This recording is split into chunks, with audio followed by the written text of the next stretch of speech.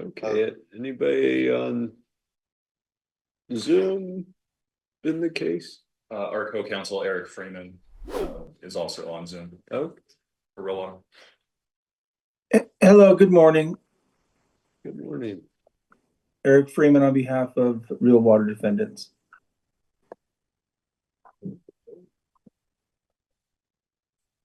There's a bunch of other names up there.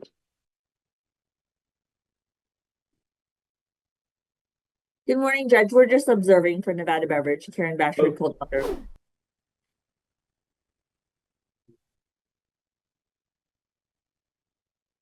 Your Honor, can you see the rest of the names? I cannot. I can't see them.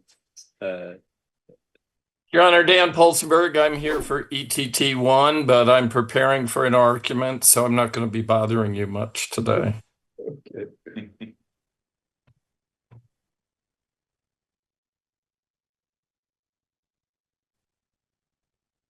All right. Okay. So yeah, time limits are a real thing. You know, we're already behind. So plaintiffs did run out of time. On the rest, I think defendants have 20 minutes on the one we were trying to do on Monday.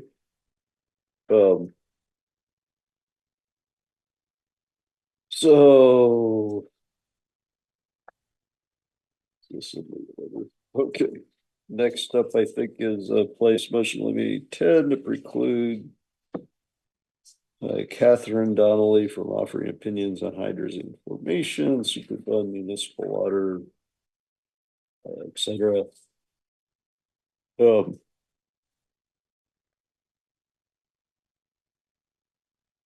I think I said I'd be inclined to grant this one, or maybe I didn't get to say that already. But welcome arguments from defense if they want to make it. Your Honor, I don't want to retread simply because we did argue this in large part yesterday. But difference between Catherine Donnelly and Scott Donnelly, and I think the key difference why this one should be denied, whereas you granted the one is Scott Donnelly, is because of the context of the statements that were made. Catherine Donnelly makes it very clear in her report, and we read that into the record at the past hearing, that her comments as to the Superfund site and everything else are in direct relation to her evaluation of the FDA's root cause analysis. She's a HACCP expert. She's a root cause analysis expert. There's been no contention that she's not qualified to render those opinions. So under Levitt and under the Williams case, where purpose matters, the argument always has been that, well, yes, if she was trying to argue that the Superfund site was a cause of hydrazine in the water, and she was trying to establish that as an independent alternative cause, that might be an issue. But here, that's absolutely not the case. And we went to the extent of posting the entirety of her opinion on that matter into the opposition. I believe that's page 4, page 6. So Real Water would simply argue, Your Honor, that context matters. And even if the court was inclined to grant this for similar reasons, that inclination should be changed solely on the fact that it's not a qualifications issue here. It's part of her opinion on the FDA's root cause analysis and investigation into what happened with Real Water. So that, Your Honor, if you have any questions, we have to answer. I probably do. Bear with me a moment, because on one hand, I think I understand what you're saying in terms of HACCP and root cause analysis. On the other, however, like you put in page 4, this line's 14, 15.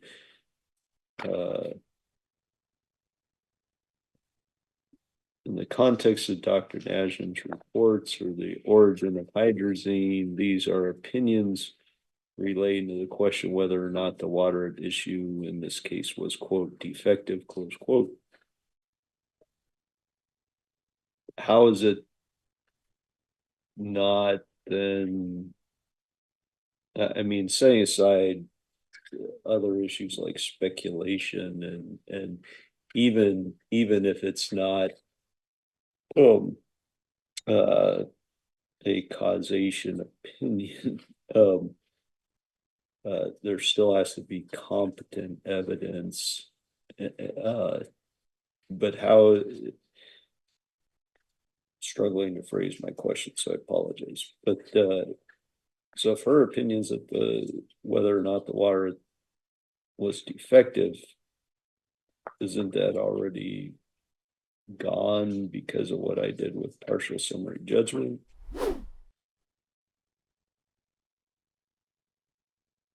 I don't want to cut your honor off. No, that was my question. Okay, I appreciate it. No, that's. I'm notorious for jumping in too early. So there's a few things to unpack there, and I'll try and keep this exceptionally brief. First, as far as the competent evidence issue goes, Your Honor, again, we go to context. She was relying upon competent evidence in discussing the origin of the Superfund site, the contaminants that were identified there, why she believes that that's information that would have been relevant to a root cause analysis conducted by the FDA. It's not, the question isn't whether or not she was relying upon competent evidence as to whether or not this particular batch of real water that was now determined to be contaminated with hydrazine could have been from the Superfund site. And I think I'm being a little obtuse here, and I'm trying not to be. So I think we're looking at different issues, and the type of competent evidence that the court is concerned about is not the type of competent evidence that would be used to promote the opinion that she's actually rendering. If that's a little bit more clear. So if this were Dr. Najm, the competent evidence in question would be, what competent evidence did you rely upon to get over that speculation hurdle to say that one of your two pathways is accurate? Now, we know in Dr. Najm's case now that he doesn't actually have that competent evidence himself, so I can't potentially argue that Catherine Donnelly somehow does. I wouldn't say that to the court. But when it comes to the context of the FDA investigation and whether or not there was a complete and holistic examination of all possible contaminants, including the Superfund site, is one thing that the FDA should have considered. When we're talking about that in the context of those opinions about what could Real Water have done differently, what would Real Water have identified in its own HACCP analysis? Because as the court is well aware at this point, hazard analysis is step one in any HACCP plan. Those are the issues that Catherine Donnelly is speaking to. So the competent evidence doesn't need to support the contention that the Superfund site caused the hydrazine in the water. The competent evidence needs to say, this is what was available to the FDA when they were doing this investigation in the first place. So I think it's a straw man argument to say that she somehow needs to meet Dr. Najm's standard when that's not the purpose of her opinions. And that's really, I think, the key difference, Your Honor. Dr. Scott Donnelly admittedly was targeting Dr. Najm very directly. And the court saw that and made its opinion. We respect that. But Dr. Catherine Donnelly is hired for a different purpose, clearly. So let's, so part of the delay is my own fault, so I apologize. We're gonna take this up again, because I feel like I'm not understanding your argument, which is concerning to me, because I hardly, but yeah, so. If it helps the court, Your Honor, and I would make this representation because I'm the one who has prepared Catherine Donnelly. I'm the one that has worked with Catherine Donnelly. Her purpose at trial is not to overtly say that Dr. Najm is incorrect and there's a different source of hydrazine. Dr. Catherine Donnelly's purpose, in some respect, is to say that Dr. Najm hasn't properly identified the source. But more importantly, it's to say that not just Dr. Najm, but nobody saw this coming. The FDA's root cause analysis didn't even properly identify all of the factors that could have gone into what was creating this issue in the first place. The knowledge of an issue here goes to punitive damages. The knowledge of the issue here goes to liability on a variety of fronts that have nothing to do with Dr. Najm. And Catherine Donnelly is here to say that this is not a reasonably foreseeable risk. That's where all this comes in. And so if we're talking about reasonable foreseeability, I don't want her to be unduly limited in her ability to support us in that defense simply because she's not a chemist and her opinions touch on the same subject matter as Dr. Najm's. So if there's a limiting instruction, Catherine Donnelly can't say this is how hydrazine was formed. We would accept that. But I'm more concerned about the breadth of the relief that's being requested by the plaintiffs. And so I don't know if that's a fair compromise or if that, Yeah, I've got, I may end up denying it, I may end up limiting it, but, yeah, see, so what you're saying now, does make more sense, but sometimes things get lost in translation or, you know, tons of paper. Not the first time I've confused somebody. No, no, Apologize. no, that's okay. We're gonna table that. Thank you. Okay, some of these may or may not be moved, but be clear, I'm just gonna place motion limiting number 7, preclude Scott Donnelly from offering expert opinions, probably moved, but for failure to list, but I would deny it. If I hadn't already granted the other motion, but yeah, his failure to list is certainly not reason to preclude him, so. That one denied, but subject to the other rulings, same on 36, Catherine Donnelly. Failure to list, that's not a reason to exclude her, preclude her. So that one's denied, but all of these are subject to all of the other rulings, to be clear. So, 25.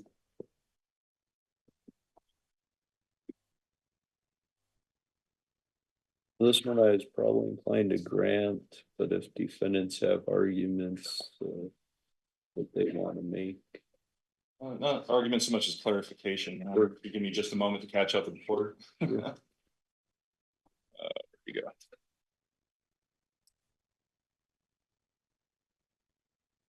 This, Your Honor, happens to be another issue where I personally went back and forth with my own experts, making sure that I had to understand the distinction.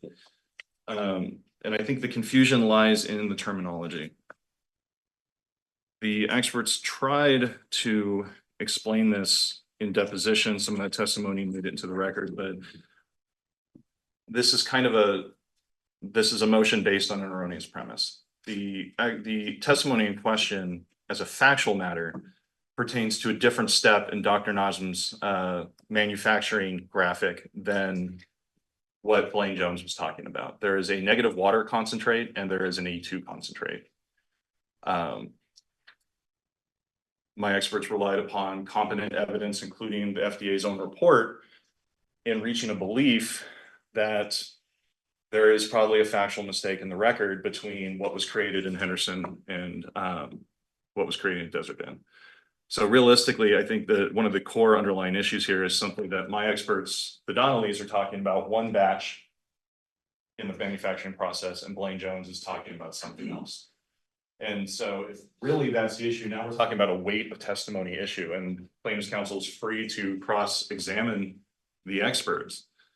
But that testimony shouldn't be excluded simply because they are providing clarification and a certain amount of correction to the way that Blaine Jones' testimony is being read. Now, from a legal perspective, Your Honor, there's a few defects with this motion. One, there was no actual evidence presented with the motion. It's pure argument. There's no exhibits that show exactly what testimony would specifically be excluded. And the problem when you have broad sweeping requests for exclusion of expert testimony is that it creates additional hurdles down the line. And as a pragmatic matter, the court could easily resolve any objections at trial if the court feels like something has gone too far or is in direct contradiction to the 30B6 testimony. The more important fact, Your Honor, is, and we've presented the SNAP decision, plaintiff's counsel has attempted to distinguish the SNAP decision. Obviously, it's federal, but as Your Honor knows, when it comes to interpreting rules of civil procedure, federal court law is extremely persuasive. What SNAP says is that facts are binding on a 30B6 witness in a very narrow set of circumstances. There has to be, for it to be excluded, you'd have to have a direct conflict in the opinions, which is basically one is true, one is false, one is black, one is white. It cannot be deemed to be clarifying or contextual. So under SNAP and under the treatise, Moore's Federal Practice, or Federal Procedures of Practice, to the exact title. The rule is that you have to meet those criteria before you exclude the testimony. So while yes, a 30B6 testimony is binding upon the party, that doesn't preclude that party from providing context, supporting, clarifying, or even somewhat distinguishing detail. And if you look at the opposition, SNAP goes so far as to say, well, there can be differences of opinion between an expert and the 30B6, and that's allowed. So the entire legal premise of the motion, Your Honor, is misguided.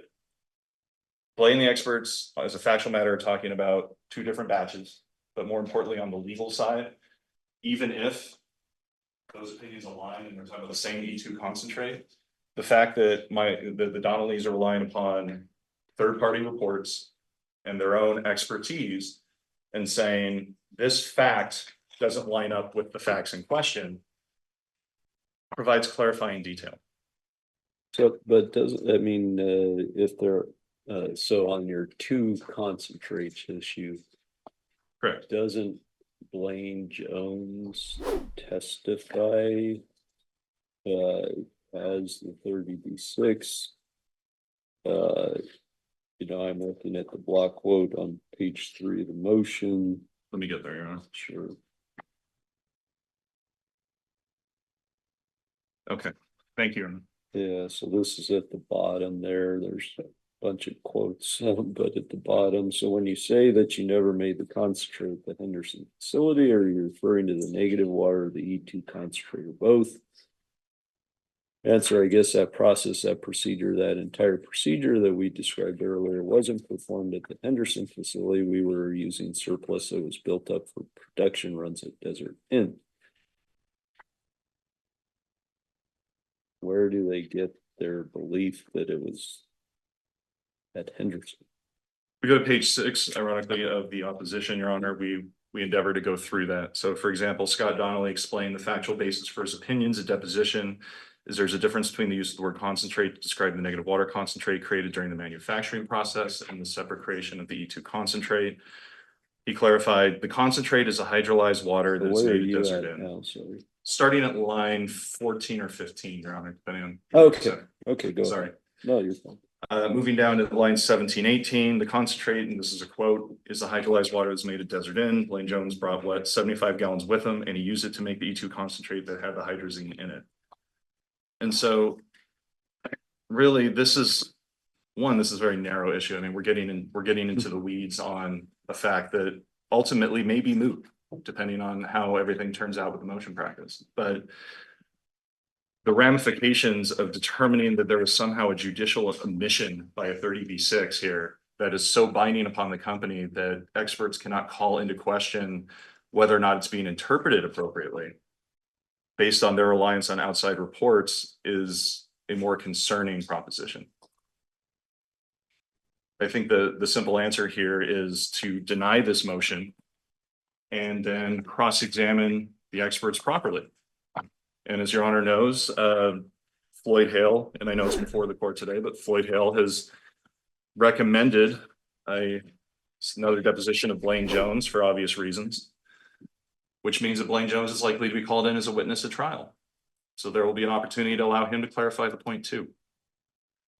So why are we unnecessarily excluding evidence based on erroneous legal principles instead of simply allowing the fact-finding process in front of the jury to take place? Thank you. So the court's going to grant without, and this applies to any motion limiting, but it's without prejudice. Well, primarily for the reasons in the reply and the partial summary judgment, but your point's fair. If Mr. Jones comes in at trial and testifies some other way, potentially, you can certainly revisit this issue with me, but you're ordered to get a court order, essentially reconsidering my decision on this. Understood, Your Honor, and thank you for the accommodation. Thank you. Your Honor, as it pertains to plaintiff's motion to eliminate number 11, which is the next one on the list, I believe the parties had stipulated to put that abeyance until we can talk about reaching a stipulation. The court had said its inclination was ask us to do so. So Okay. we're in that process. Okay. No, I agree, Your Honor. I got in my notes, meet and confer Okay. on that one as well as number 20. Number 20, plaintiff's motion to eliminate 13. That is correct, Your Honor. That's another one that we intend on trying to resolve outside the court. Okay. So I'll rely on you all to do better with those than you have with the judicial estoppel. Heard, Your Honor. So 12 then designate Blaine Jones. I think I said I'm inclined to grant in part, deny in part, do the same order that I did in Wren.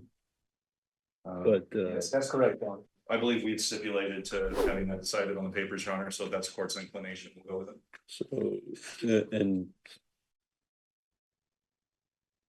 yeah, so the transcript on this particular one is sufficiently detailed, unlike one of the other ones I'm going to deal with. But yeah, so same exact ruling as I did in Wren. Okay. Thank you. Thank you. Thank you. No, 18. It dovetails with the bunch of other paper I got. Blaine Jones, now a plaintiff.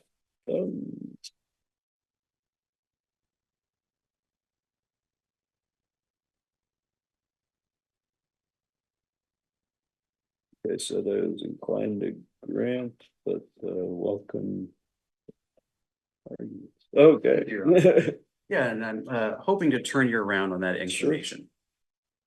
Blaine Jones, as you're well aware, was an executive at the company, son of the founder, and designated 30B6 witness, and then also was deposed in his individual capacity. Prior to those depositions that happened in quick succession from one another, he had actually met with an attorney to contemplate bringing suit against the company that he was serving as the 30B6 witness for.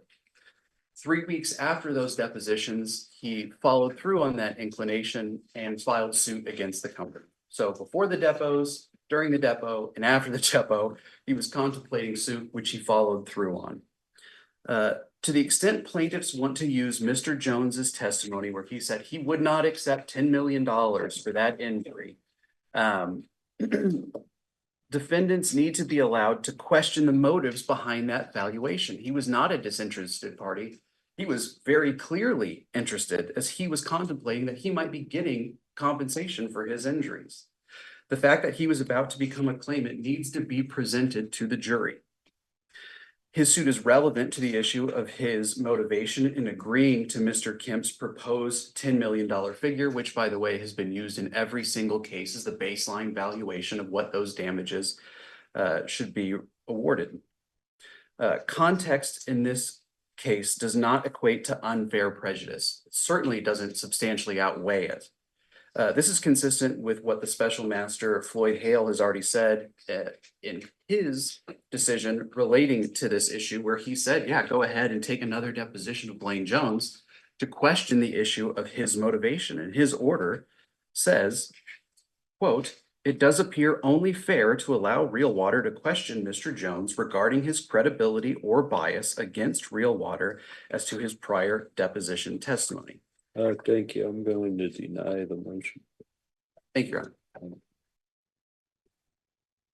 Honor. Yeah,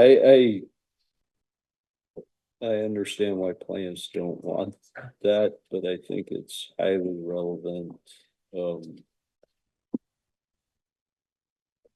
And there's not a real legal basis other than potential unfair prejudice, and there's certainly not unfair confusion of the issues here. So court changes his mind, denies plaintiff's motion on number 18. Thank you, Your Honor. Okay. The objection. Oh, this is the one where you want to depose him a third time, right? Yeah, I believe so, Your Honor. Yeah. Well, now we could hear from plaintiff.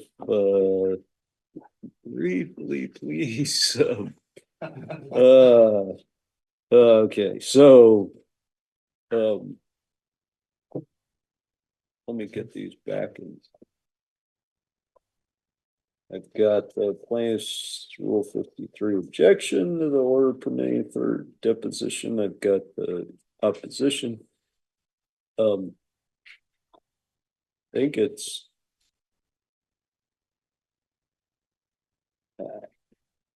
What I'm really curious to hear is why couldn't you just ask him questions at trial? But welcome first from plaintiff and then from defense. And keep in mind, I still have 2 binders of motions to go through. I'm going to be incredibly brief, Your Honor, I promise. Your Honor, I can be incredibly brief as well. I 100% agree with you. That was our position at the special master hearing, was this is a simple question that they can ask at trial. There is no basis to give a third deposition, a good cause, especially when they're inquiring about his claims, which are the subject of a district court stay and the automatic bankruptcy stay. And the real water is being defended by separate counsel in that case. So deposing Blaine Jones on his claims in this case is fraught with issues. We You're think okay if he testifies at trial and they can ask him questions at trial. based on your ruling on motion limine number 18, yes, of course. I mean, there's no basis for us to dispute that. We just think it's a question to be asked at trial, not a third deposition, which is going to be far beyond, we think, anything related to the fact that he filed a lawsuit after he was deposed. Thank you. Thank you, Your Honor. You know, it's a strange thing, Your Honor, to argue that a party should not be allowed the opportunity to take a witness's deposition before trial and afforded the opportunity to obtain that potential impeachment testimony ahead of time. That's, in my mind, that is the epitome of trial by ambush, undue surprise. Well, so I think, so backing up a bit on that point, you know, this case is different than vast majority of cases that go to trial. Given we've had how many trials before this one, and specifically as to Mr. Jones, you know, whether personal or representative capacity, he has been deposed twice. So I have to push back a little on that. And then I would refer you back to the report and recommendation itself, Your Sure. Honor. I was in the room with Special Master Hale when these arguments were being made, and I wish you could have seen the incredulous look on his face, because he took the time himself to put in bold, which I have not seen in a report and recommendation, that he was not a plaintiff at that time. He then goes on to say that it does appear fair to allow us to ask these questions of him before trial. It was such a substantial ask to try and prevent this deposition that the argument I almost didn't need to argue at the special master hearing. And I understand that a lot of these issues have been tried over and over and over again, but this particular issue, as Special Master Hale points out, is untouched. The amount of resources it takes to do this very narrow, carefully sculpted scope of deposition is not much. It's something that can be done while we're gearing up for trial. The last trial that we were involved in, the Bonner trial, we did something similar with expert Mark Rich. That deposition was taken, I believe, while trial was ongoing or during the voir dire process. My memory gets a little hazy at certain points, but you get the idea. I get the idea that memories do get hazy, including mine, yes. So, point being, Your Honor, the question of bias here is such a substantial issue, considering that this is the testimony that establishes the baseline damages calculation that they've presented at every trial, that if we're really focused on a fair and equitable trial on the merits, where's the harm in providing the defendants the opportunity to take this very narrow deposition? Would you be amenable to any time restraint? I absolutely would, Your Honor. I don't know that we need a whole lot of time on this, but as this actually was asked, Special Master Hale, he declined to impose time restrictions. And I'm going to paraphrase him because he's more eloquent than I am, but his point of view was, we're all responsible attorneys. We've been practicing. We know what we're doing. And so the X factor there is, and when I say responsible attorneys and the court laughs, I'm like, oh, but apologize. we're trying to be responsible attorneys. How about that? There But you point being, Your Honor, the Floyd's position was, or Special Master Hale's position was, that the X factor there would be the witness himself. And so if the witness decides to hem and haw and drag things out, that's a problem. I mean, he's more experienced than I am, and that's a very fair point. Let's hear from plaintiffs again. Thank you, Your Honor. Thank you. What's the harm or prejudice, I guess, it's a limited deposition. Well, Your Honor, at the harm or prejudice would be that what we think this motivation, the motivation of this deposition is not to question or establish the fact that Blaine Jones is now a plaintiff, but to attempt to get Blaine Jones to repudiate all the hours and hours and hundreds of pages of deposition testimony that he previously gave. As counsel in the last argument mentioned, how well Blaine Jones' testimony that they never made any of the negative water or concentrate at Desert Inn or at Henderson. It was all made at Desert Inn, and they were using leftover supplies to make the water at Henderson. He thought, oh, we're going to do a deposition of him. We can ask him to clarify that. This is going to be a can of worms that is going to go so far beyond this simple fact that he filed a lawsuit after his deposition, which, Your Honor, by the way, he was asked about. He was asked in his hours of depositions if he considered filing a lawsuit over his injuries, and he testified, yes, I did consider it. I did meet with a lawyer about it. At this point in time, I decided not to file the lawsuit. Several months later, he changed his mind and he retained an attorney and he filed his lawsuit. If they want to ask about that fact as to bias to his testimony when he did not intend to file a lawsuit, they can ask him that at trial.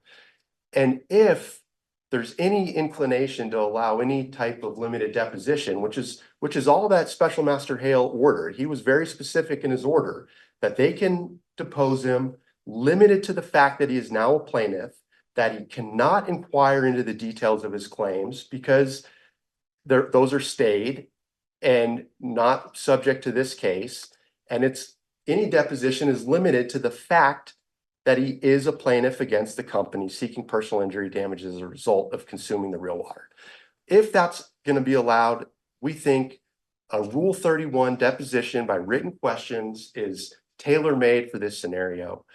They could ask their handful of short questions in writing to Mr. Jones. We can vet those questions to make sure that they're not exceeding the limited scope of what is being allowed. And given the fact that it's January 7th and we start trial on the 20th and we still have pretrial motions and many other things to do, I think that is the most convenient thing for the parties. So, Your Honor, we maintain that they can call him into trial and ask him. It's up to them. There's no good cause for a deposition. But if Your Honor is inclined to allow it, it's a short deposition limited to this fact, tailor-made for written questions, and it should be limited to that. Thank Your Honor, you. if it helps the court, we will stipulate to abiding by Special Master Hale's restrictions in the order, I mean, that obviously. yeah.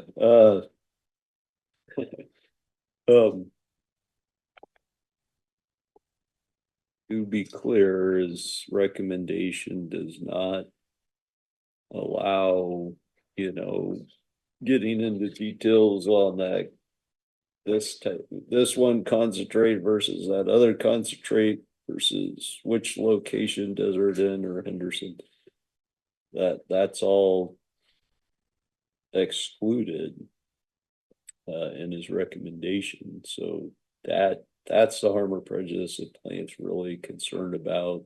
Cause that's why, what's the harm or prejudice? Well, in terms of the timing, yeah, I agree. It's not convenient to do everything last minute when you're gearing up for trial, but a lot of that's of plaintiff's own making, which the court approved over defendant's objections. I guess I would call it the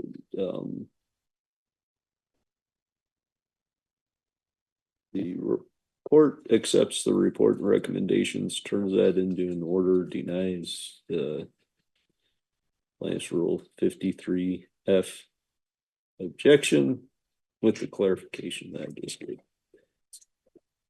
Thank you, Your Honor. Thank you.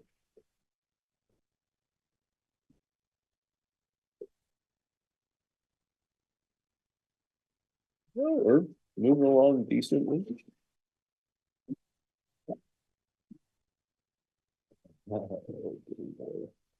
Um,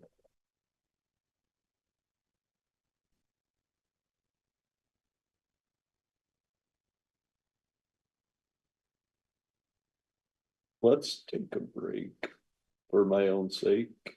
Come back in 15 minutes, and we'll go to 1:30. If I may, and I'm not gonna speak for Plaintiffs' counsel, but if the court has inclinations and wanted to communicate before. Oh, that's a good idea. I was gonna say it, but I wasn't taking any chances. I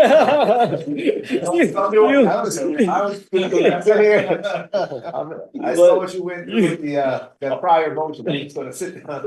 I'll be the loud one, counsel. Oh, yeah. Take the pressure off of me. Yeah, you're gonna let him be the sacrificial lamb. Today. I'll look out for him the next time. We're taking turns. Yeah, okay, so we would start with 15, is that right? Number plaintiff's MIL 15.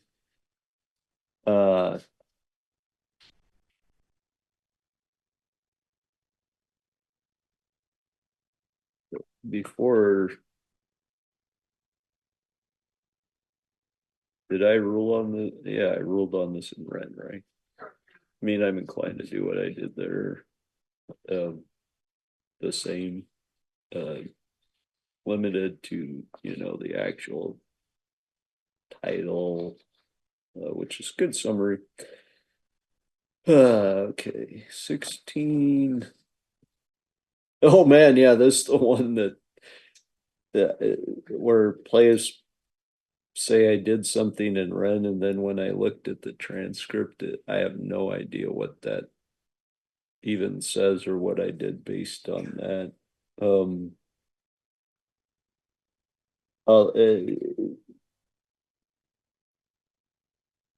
So I'll welcome arguments on this one. I'll tell you it. Well, I already told you one concern. I have no idea based on what I read, what I did in red. So there's that. On the other side,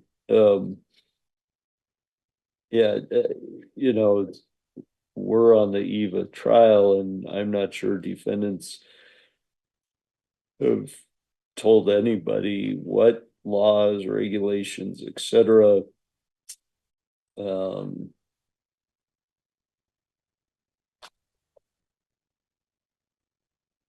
Yeah. Do you know what the warehouse exception part 117 is? Let's talk about 117. I'm speaking of ambush. Trial's not the time to be ambushed with, oh, hey, we defendants haven't actually identified anything specifically that we think was at issue here. So that's a long way of saying probably want arguments on that one. 17, one question I had, is there an actual negligence claim? Is there a negligence claim? There is a negligence claim alleged, but we have not met and conferred on whether those claims will be abandoned, but we Man, have. you must be an attorney. So there is a negligence claim, may or may not be part of the trial. It's highly likely that we will abandon the negligence claim, Your Honor. So, cause that is a big part of this motion. Depending on whether there's actually a negligence claim or not, if there is, then maybe I deny it. If there's not, I'm probably inclined to grant it. There you go. Are we on 19 now? Yes, Your Honor. 19, thanks. That would I be inclined to grant under Beatty.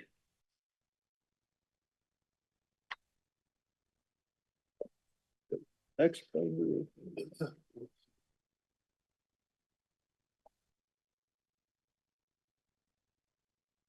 20 is unopposed, so that would be granted. 21.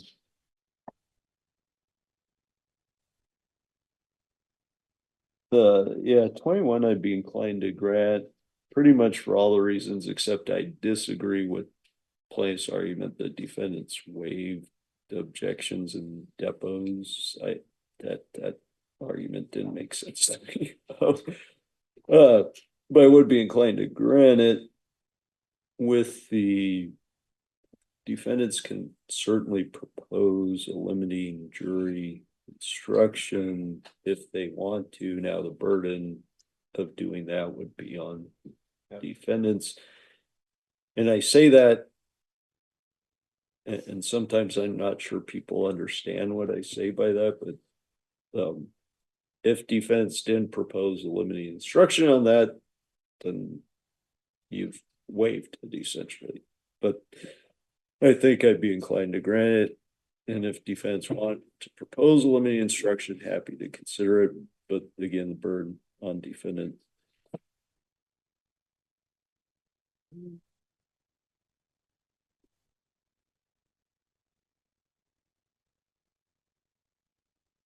We jumped to 23. That 23. Okay, thanks. I was looking for 22. 23, place motion limine preclude cumulative opinions of two doctors. Be inclined to deny that one. That one's pretty easy. 24.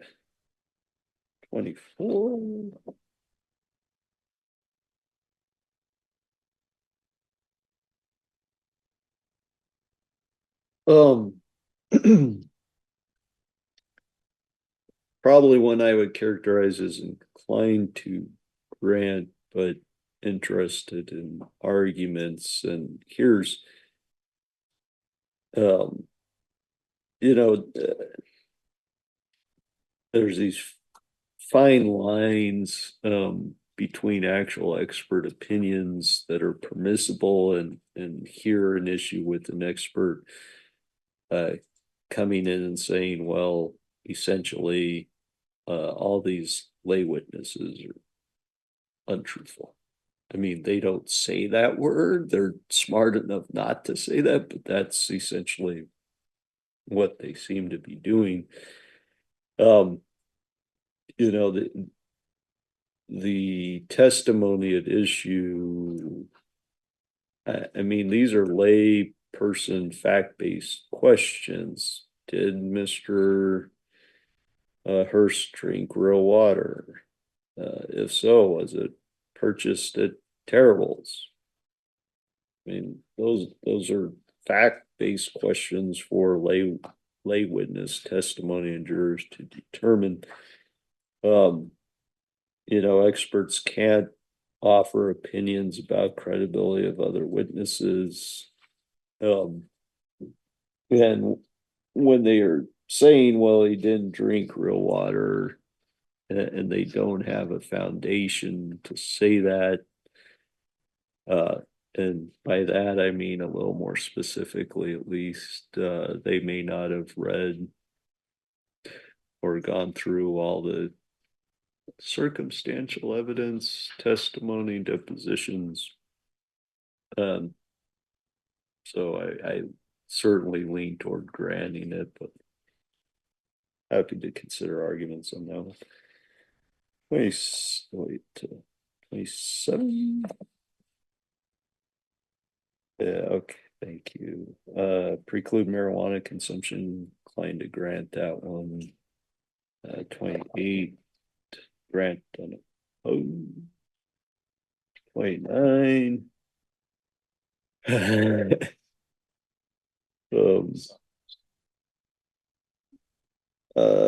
Preclude 29, preclude defendants from soliciting expert opinions from lay witnesses, e.g. Brett and Blaine Jones about the outbreak. Decline to grant, but I'd be willing to consider arguments. It's, yeah.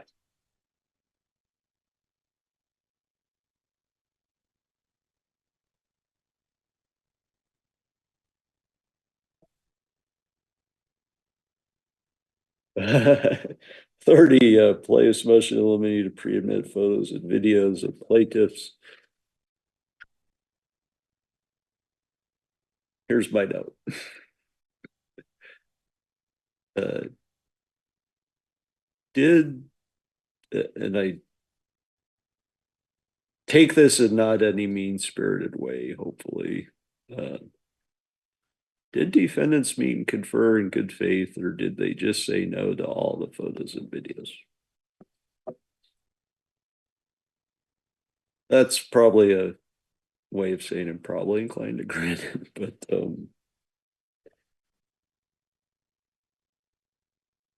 and that's what we have for today, right? That's it, Your Honor. Okay, so come back at 12:15. Sounds good. All right, so we do need that at 1:30. Your Honor, can I take 30 seconds that won't be used against either side? Sure. I think you should use it against him, Your Honor. I agree. Your Honor, the pro hop that's scheduled to be discussed on Monday. One of the gentlemen has an issue, a medical issue in his family, Oh, and asked that we push it 2 days. He actually said the day after or the day following, and I said, no problem, of course we would do it. And my position is, as long as the court's fine, since we'll be here anyway, if we could just push it to Wednesday. that's one of the two. Well, I was gonna suggest we push We can both. just do both. Yeah, okay. I didn't want to So put the both two- people out there. Two prologues moved to Wednesday. And that's all we want to do. That way, we can have that on the record. Thank you. Very much appreciate plaintiff's accommodation to that, and so Mr. Boho is here today, actually, Your Honor, he's. And thank you, and thanks to Teddy for the. And so Mr. Nicholson, Barclay Nicholson is the other pro hoc attorney applicant, motion associate, who will be also moved to Wednesday Okay, on your calendars too. sounds good. Thank you again, Mr. Parker. And the court's accommodation. So we're starting with number 15? I have some good news for you. Okay. There's a few, Your Honor, we've agreed not to argue. Okay, So I'll just take them in numerical order. okay. Number 21, no argument. Are you talk about plaintiff's motion at the. I'll say that, I'll get the It's title. clear. I'll get the title. Yes. So plaintiff's motion and limine number 15. Okay, Okay, so we'll have no argument on that one. so that one's granted, same as Ren. That's Okay. correct. Plaintiff's motion limine number 20. There was no opposition, so there's no argument there. That's granted, okay. Plaintiff's motion limine number 23. There won't be any argument there. Okay, so that one's denied for reasons in the opposition. That's correct, Your Honor. Okay. I'm That's the key. all right. Your Honor, the next one with no argument would be number 27, plaintiff's motion limine number 27, no argument.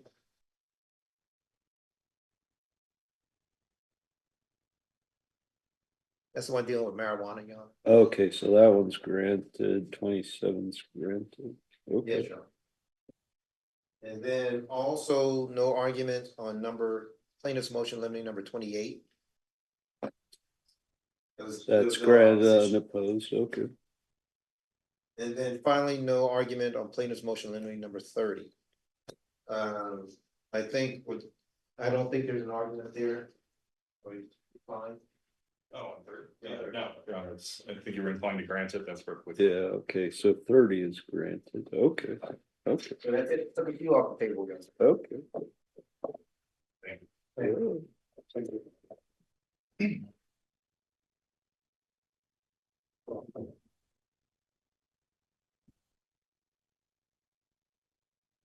Okay, so which one do we start with? Start with MIL number 16, Your Honor. Okay. Oh, yeah, the one that may or may not have ruled on it. Okay, Like, do you think the transcripts are not, you heard 15 and 16 together, and granted them based on the title alone together, and that's why the transcript's a little messy there. Sorry for that confusion. that's okay.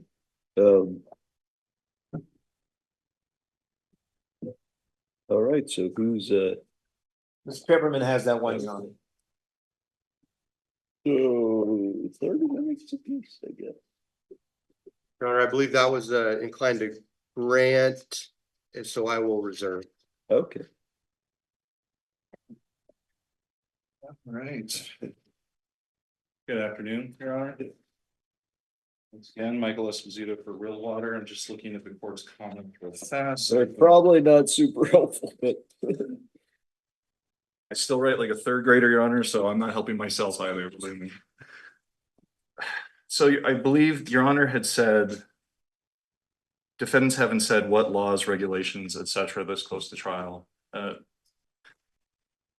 This is not the first time that the court and I have been on the same page coming into an argument. The very first comment that I have on my notes is to advise the court that real water defendants are not using statutory compliance as a complete defense to any claim. And I think that's where the court is looking, and I think that's incredibly important here, because all of the case law that's provided by the plaintiffs relies upon the notion that a party is saying, well, we are not liable because we complied with this statute or this regulation or something else. And as we stated in the opposition, that's not the purpose of invoking certain regulatory compliance here.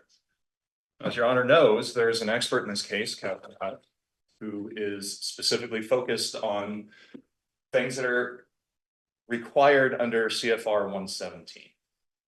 Now, I'm not speaking to a warehouse exception or anything else. I have no opinion on that. I don't think my client does either, right? So just to get away from the minutia real quick. But if we're taking a step back, the idea of regulatory compliance in this particular case is important, and it is relevant under Robinson, under Radar. The Nevada Supreme Court has repeatedly said that for a variety of other purposes, regulatory compliance can be important. And it's not just those two cases. They just happen to be the first ones on my cheat sheet as I'm talking to the court, right? But at the end of the day, when we're talking about the possibility of punitive damages, right? Real Water's understanding of what was required for it or what was required by law is important. Whether or not their actions were reasonable is important. Whether or not they were acting with a complete disregard for the safety of their clients is informed by certain aspects of regulatory compliance. Now, Your Honor, you know, having been through one of these trials, that there are several reports that will come in at trial that will discuss alleged defects in Real Water's processes and procedures. Those reports, those findings are inherently based upon standards that are set out in CFR 117 and other similar regulations. So to sit here and say we're precluded from arguing compliance with regulations as a broad stroke remedy is way beyond the pale. Now, I'm happy to sit up here and say we are not going to get up at trial and tell a jury that we're not liable for anything. By we, obviously, I mean Real Water. Right? It's an old error on my part, but Real Water won't get up and say we are not liable at all because we complied with these particular provisions of 117. That hasn't been a defense, that hasn't been raised. That's a straw man. What Real Water will say is this was a small operation that was taking guidance from its regulatory obligations. That if you look at some of the audits that came down, you can see where certain members of the team were attempting to comply with those regulations and attempting to comply with audit requirements that come out of those regulations. And so it's troubling that plaintiffs are asking this court to preclude any and all testimony in relation to those aspects of a defense based on law that has nothing to do with that particular legal issue. So Bailey, court's ruling was based on the fact that OSHA regulations were expressly held to be inadmissible in strict liability actions. That is a perfect example of the misapplication of the law. Because again, there is no complete defense issue here. There's no trial by ambush. There's no reason to say that real water can't explain itself to a jury. Now, opposing counsel is inevitably going to get up and say, well, compliance with those regulations doesn't mean that the issue would have resolved itself, or it's irrelevant and it's prejudicial. And maybe so. But you know, having done this before, that part of the calculus is what was real water doing for the totality of its operations. And so if it becomes a point where the court feels that real water, that I'm going back on my word, because I'll be here, you can call me out directly, right? But if it gets to a point where you're saying, well, real water is trying to establish a complete defense, then we have a different problem, and I will honor everything that I've said today. But this particular motion uses the wrong law, establishes the wrong standard, and is grossly overbroad in what it's trying to prevent. And so realistically, this is, like I've said before, this is something that can go to trial, appropriate objections can be made, the record can be made, without unduly prejudicing real water and, to a certain extent, ETT's ability to explain the nature of the operations, the justification for why certain things were done the way they are, what was known with regards to, say, testing. We're going to talk about non-targeted GCMS testing. Did CFR 117 require that? No. There's going to be an argument there about whether or not that means that they should have followed a standard of care that is speculated by Catherine Hunt, but is in no way established by regulation. Now, that doesn't mean that that real water is not liable for putting a defective product out there. I anticipate opposing counsel is going to raise that issue, but it doesn't have to go to the elements of a product defect claim because punitive damages are in play. So, Your Honor, I don't want to belabor the point. I know we're trying to speed through these, but that's really the problem with this motion is it's a straw man motion. It relies on the wrong law for the wrong purpose. If you have any questions, I'm happy to answer. No question. Thank you.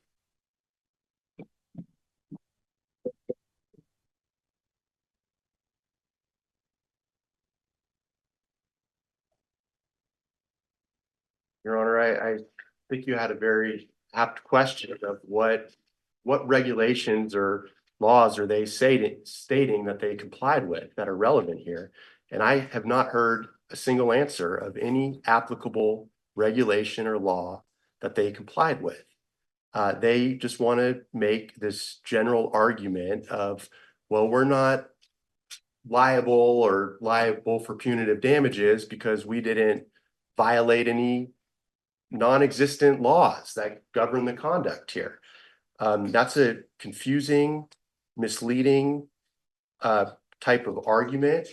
It's clearly irrelevant to the consumer expectation test and under the law that puts the responsibility on the product manufacturer to make and produce a safe product.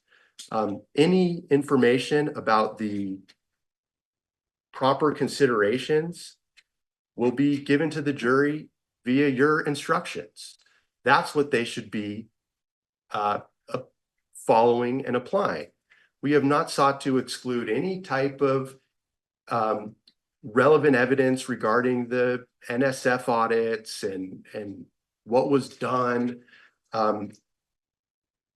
The FDA findings and reports, that's not what we're trying to do with this motion. We're trying to preclude an confusing, misleading, irrelevant, and ultimately prejudicial argument trying to inject some sort of federal regulation defense by saying, well, we didn't violate any laws that don't apply, so therefore we're not, how could we have acted with conscious disregard? It ignores the actual arguments and the evidence of whether or not they're receiving customer complaints regarding oily substances, gasoline-like substances, their product making customers sick, and whether they disregarded those complaints and failed to do any type of reasonable investigation, like performing a non-targeted GCMS test that would have easily told them what was in their product. And the fact that there's no federal law that says you have to perform GCMS testing is totally irrelevant, and it's misleading, and it should be precluded from arguments at trial.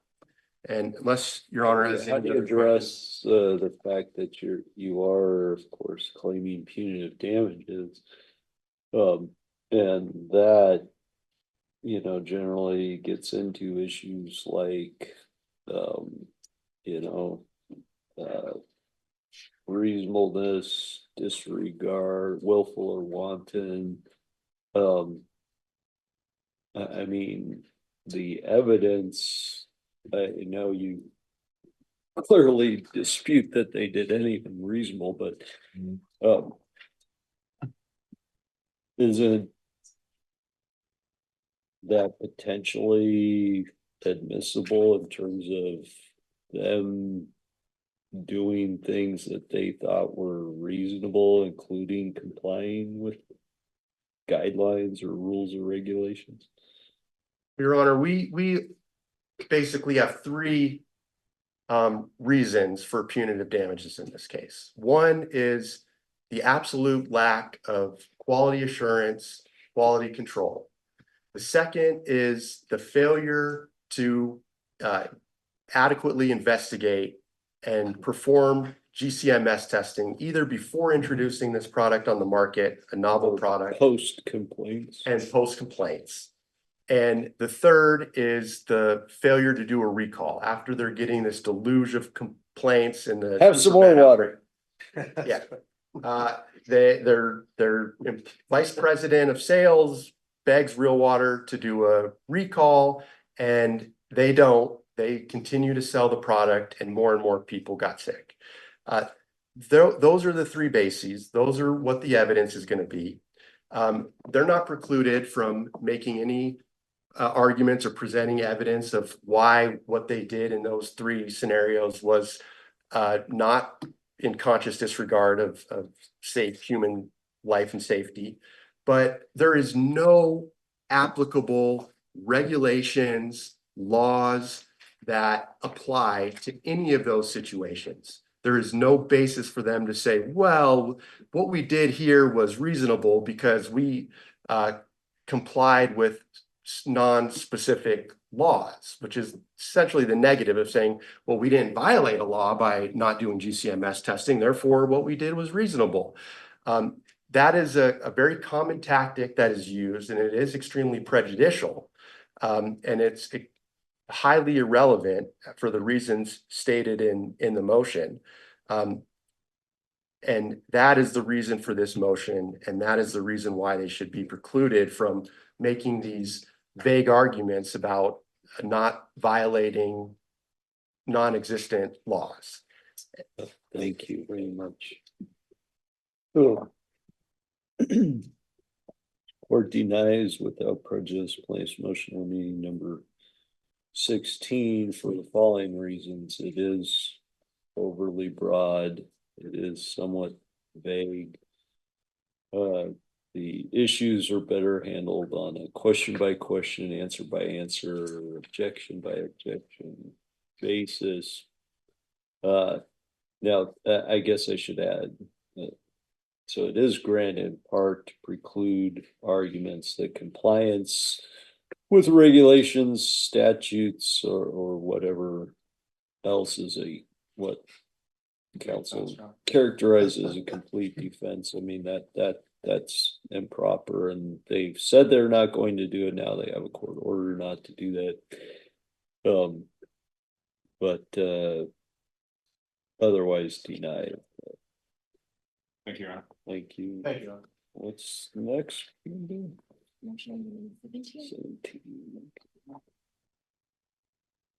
Oh, yeah. Maybe we'll get a more concrete answer now. Is there a negligence claim or not? If there is, maybe not inclined to grant. If there's not, probably inclined to grant it, but welcome arguments. Your Honor, I'm tossed on this one. I love arguing. So part of me wants to say there will be a negligence claim. But Your Honor, we've not had a negligence claim in any of the other cases. I thought, but you You're don't right. like to We hang have on not. to them. We have not. So we don't, Okay. we won't have one in this case. Okay. But I still want to argue. I But I'm gonna reserve because. was gonna say I'm gonna reserve. okay, Thank you. sure. That's it. Anybody? Yes, yeah, I got it. Welcome all comers. Sounds about what it is. Just to make sure we're on the same page, Nathan Arrington for ETT1. This is regarding Dr. Asheson's opinions with regard to Folfox, whether or not it could damage the liver. Okay. Dr. Acheson is a board certified gastroenterologist. He has been treating livers of patients for some 20 odd years. Okay, so he has the experience and the knowledge to understand whether or not Folfox could enter the liver. In addition, we've already deposed Marianne Allison, who is the doctor who actually gave the chemotherapy to Milo Herbst. Okay, and that doctor testified under oath that the use of Folfox could injure the liver. So therefore, it seems to me that this motion should be denied. What Folfox can injure the liver? Which doctor was that again? I apologize. Mary Ann Allison. Okay. Thank you very much. Any rebuttal? Your Honor, I appreciate counsel's objection to this. But unfortunately, Your Honor, his own expert has said something completely different. And his expert is trying to provide, in this case, what I would consider an opinion from an epidemiologist as opposed to a gastroenterologist, or certainly not a hepatologist, which he is not. But these questions were asked of him directly in terms of Folfox. Shane, could you put up? I've got, You got it? you don't need the Oh, depot excerpts. oh, it's. No, I Your got Honor, them right. the question was asked. Do you include cirrhosis as one of the damages to the liver that can be caused by Folfox? Answer: I cannot opine on that. I'm not an expert on Folfox, and I don't know the percentage of Folfox users who go on to get cirrhosis. If that's not damning enough for his position, the question is asked: are you relying on any literature or scientific articles to support your proposition that Folfox potentially causes cirrhosis? He says, I think you're misstating my testimony. I haven't stated that I believe it does. He further says, I don't know one way or the other. Next, he says, so you're not saying to a reasonable degree of medical probability that chemotherapy was a cause of his cirrhosis. So Is I that know you correct? like to answer or argue, but if you're okay with me granting your motion. I am okay with you. I don't want to talk you out of granting. Thank you so much. Your Honor. Yeah, so this one's pretty clear without the negligence claim. So to be clear, there is no negligence claim now. That is correct, John. Okay. Put that in the order. But otherwise, without that, yeah, it's granted for all the reasons in the motion and reply. Thank you. Okay.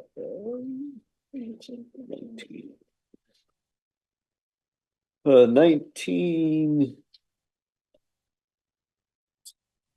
Yeah, I think Beatty controls this, but welcome arguments. I'll reserve.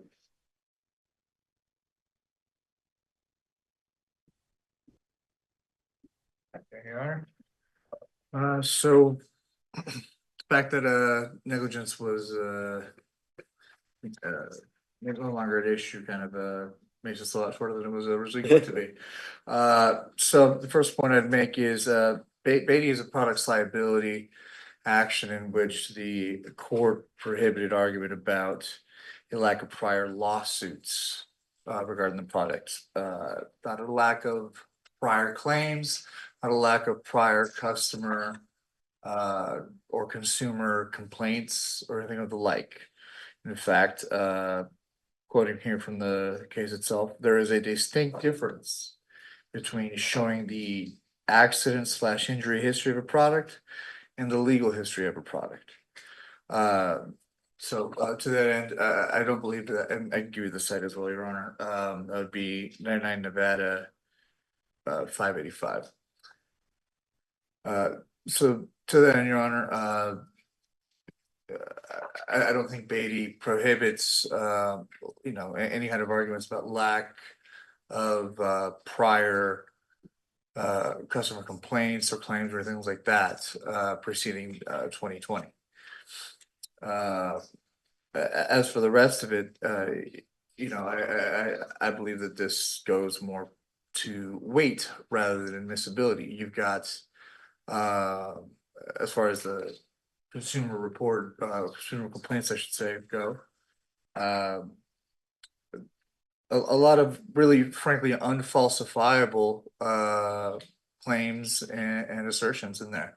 You've got unidentified people making claims about health issues that have no accompanying medical documentation, and defendants should have the right to challenge that. Didn't they? Oh man, these all blend together. My apologies, but I mean, plaintiffs want to bring in a bunch of claims may not be the word they use, but hey, the water was oily, the water smelled fishy, I got sick previously. I mean, so if that's in, how would I preclude that or the argument challenging those, which, if you read plaintiff's motion, 2/3 of it is dedicated to the fact that prior instances or prior similar instances are admissible. Only about a couple of paragraphs are really dedicated to the actual issue of whether argument to the contrary is allowed. And Beatty doesn't address that as far as again, prior claims, prior similar instances, things of those like. And again, as I said, this goes more to weight than admissibility. Defendants should be able to challenge, the reliability of a lot of these consumer complaints. If they're brought up as proof that real water contained hydrazine prior to 2020. There's nothing in those in at least the consumer reports indicating that anybody complained or anybody was diagnosed with any kind of hydrazine poisoning or anything of the like. As such, we believe that we should be able to make arguments challenging those. That'll open up questions there. no questions, thank you.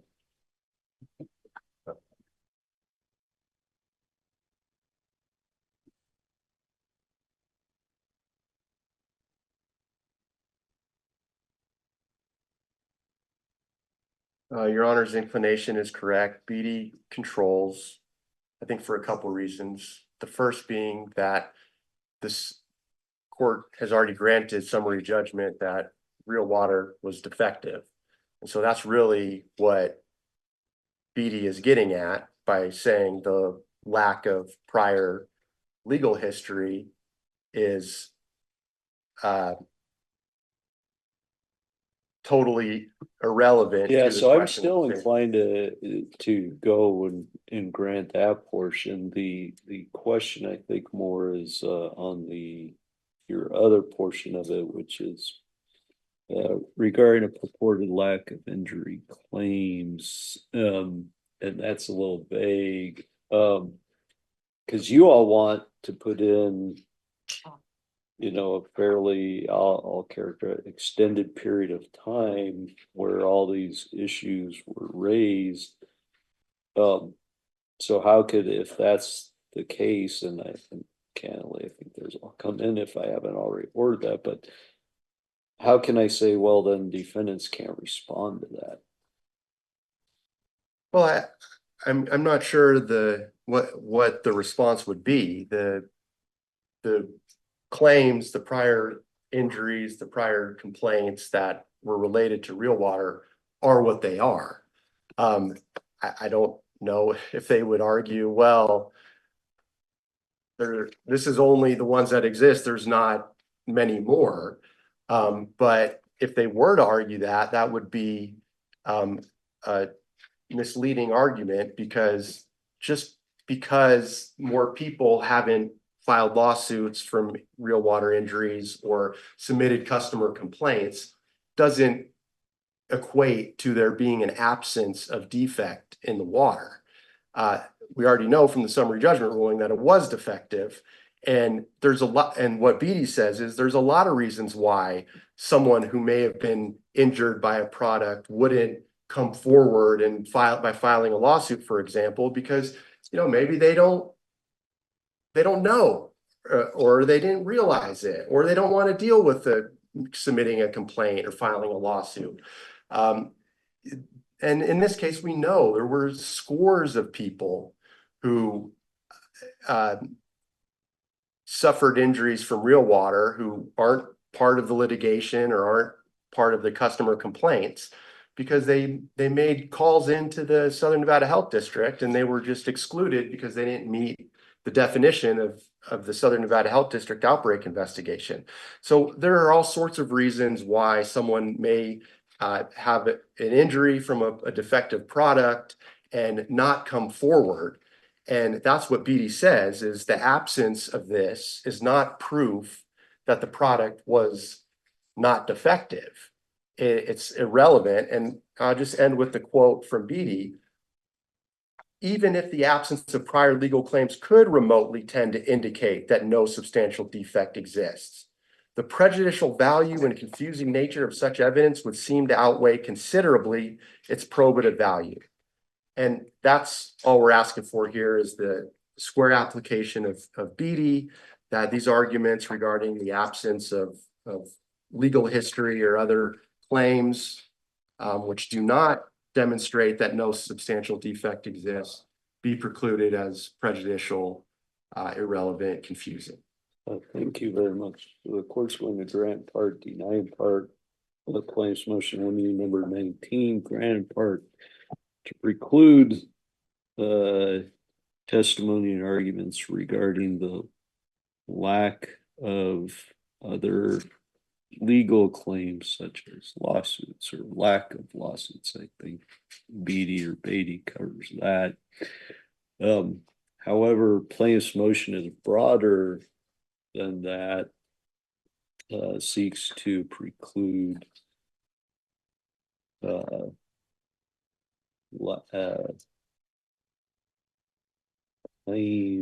It's vague, but plaintiffs want to bring in past claims, prior incidents, those types of things. And if that's the case, then of course defendants have an opportunity to address, respond to that. So to the extent it seeks more relief than why I said it's denied. I would also point out, punitive damages also makes some of this stuff quite broad. To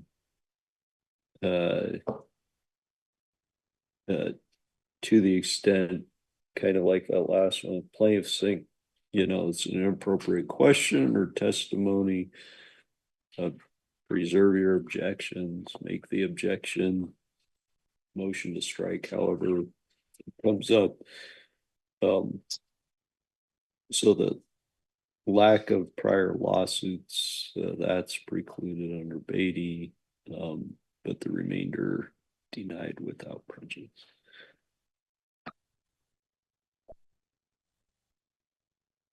Okay. Thank you.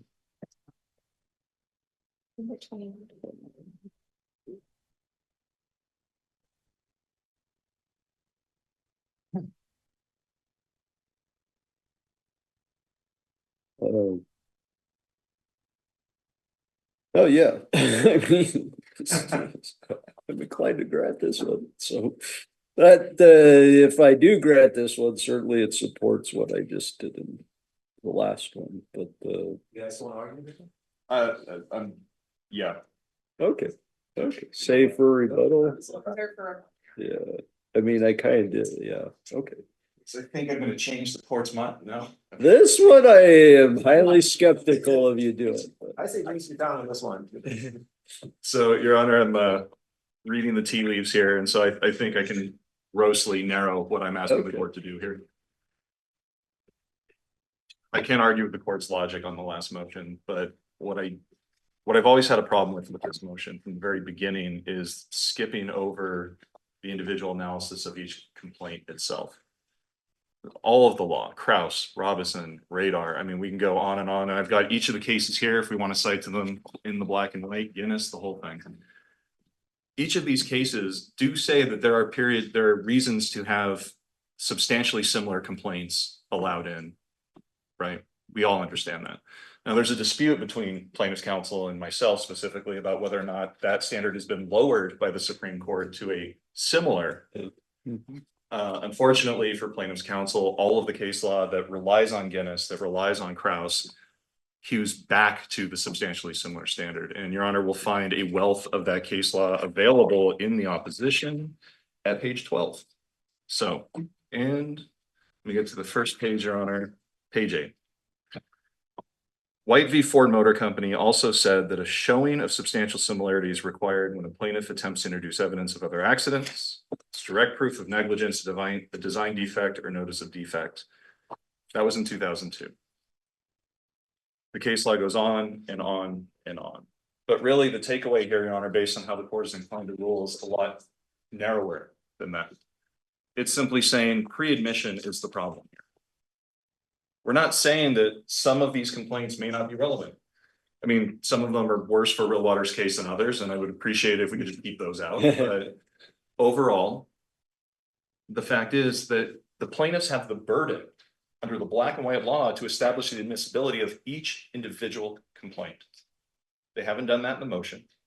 They haven't done that in the reply. And so the reasonable answer to this is make them do it at trial. We don't pre-admit them. We go in with the understanding of what the court's inclination is.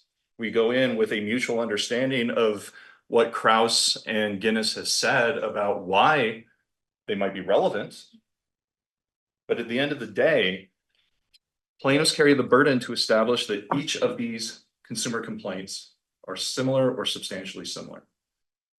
And that's not just there was an odor in the water or there was some weird oily substance in the water in one or two of them. Because some of those complaints, the water smelled like jasmine or lime. Some of them smelled like oil. Some of them had no smell whatsoever. There's such a random, eclectic collection of allegations in these complaints that it kind of reinforces the point. We can't just batch all of these together and say, yeah, let's pre-admit them all. Kraus says sometimes that substantially similar incidences are admissible. So yeah, let's just drop them in and let the jury try and analyze each individual complaint to see if it has anything to do with the facts of this case. All we're asking for is that the plaintiffs meet their burden of establishing the appropriate foundation, establish the admissibility. And Your Honor, I'm quoting from Breanna v. Bandetti.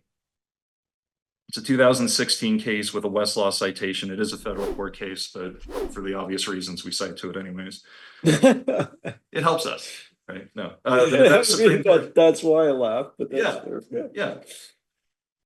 I'm not trying to hide anything from the court. We're picking the law that works. But no, the Nevada Supreme Court opinion is quoted in that case that states that the court did not abuse its discretion when it refused to admit numerous consumer complaints from around the country over the course of years concerning various brake problems, where those problems differed from complaints concerning the plaintiff's truck, and it would be unduly prejudicial to the defendant.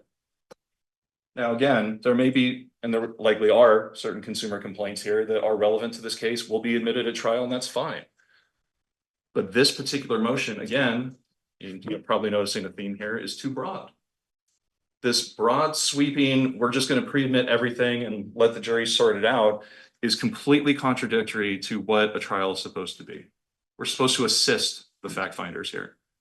So all we're asking is that you require the plaintiffs to meet their burden and to get up in front of a jury and individually admit the complaints that actually meet the standard.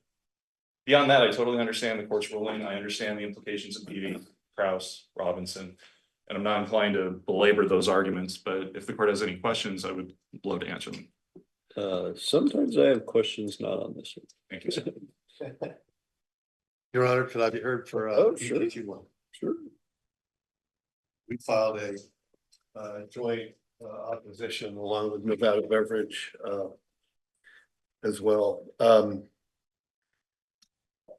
afraid I would ask the court for a little bit more and to just outright deny this. We've already heard from plaintiff counsel today declare a couple of different times negligence no longer in this case. And counsel has discussed the lack of substantial similarity in these complaints. These aren't liver injuries that these non-plaintiff complaints are based on. They're not strict liability hydrazine injury complaints. But I think, and that goes to one of my notes that I was going to say in my ruling, and since you're bringing it up,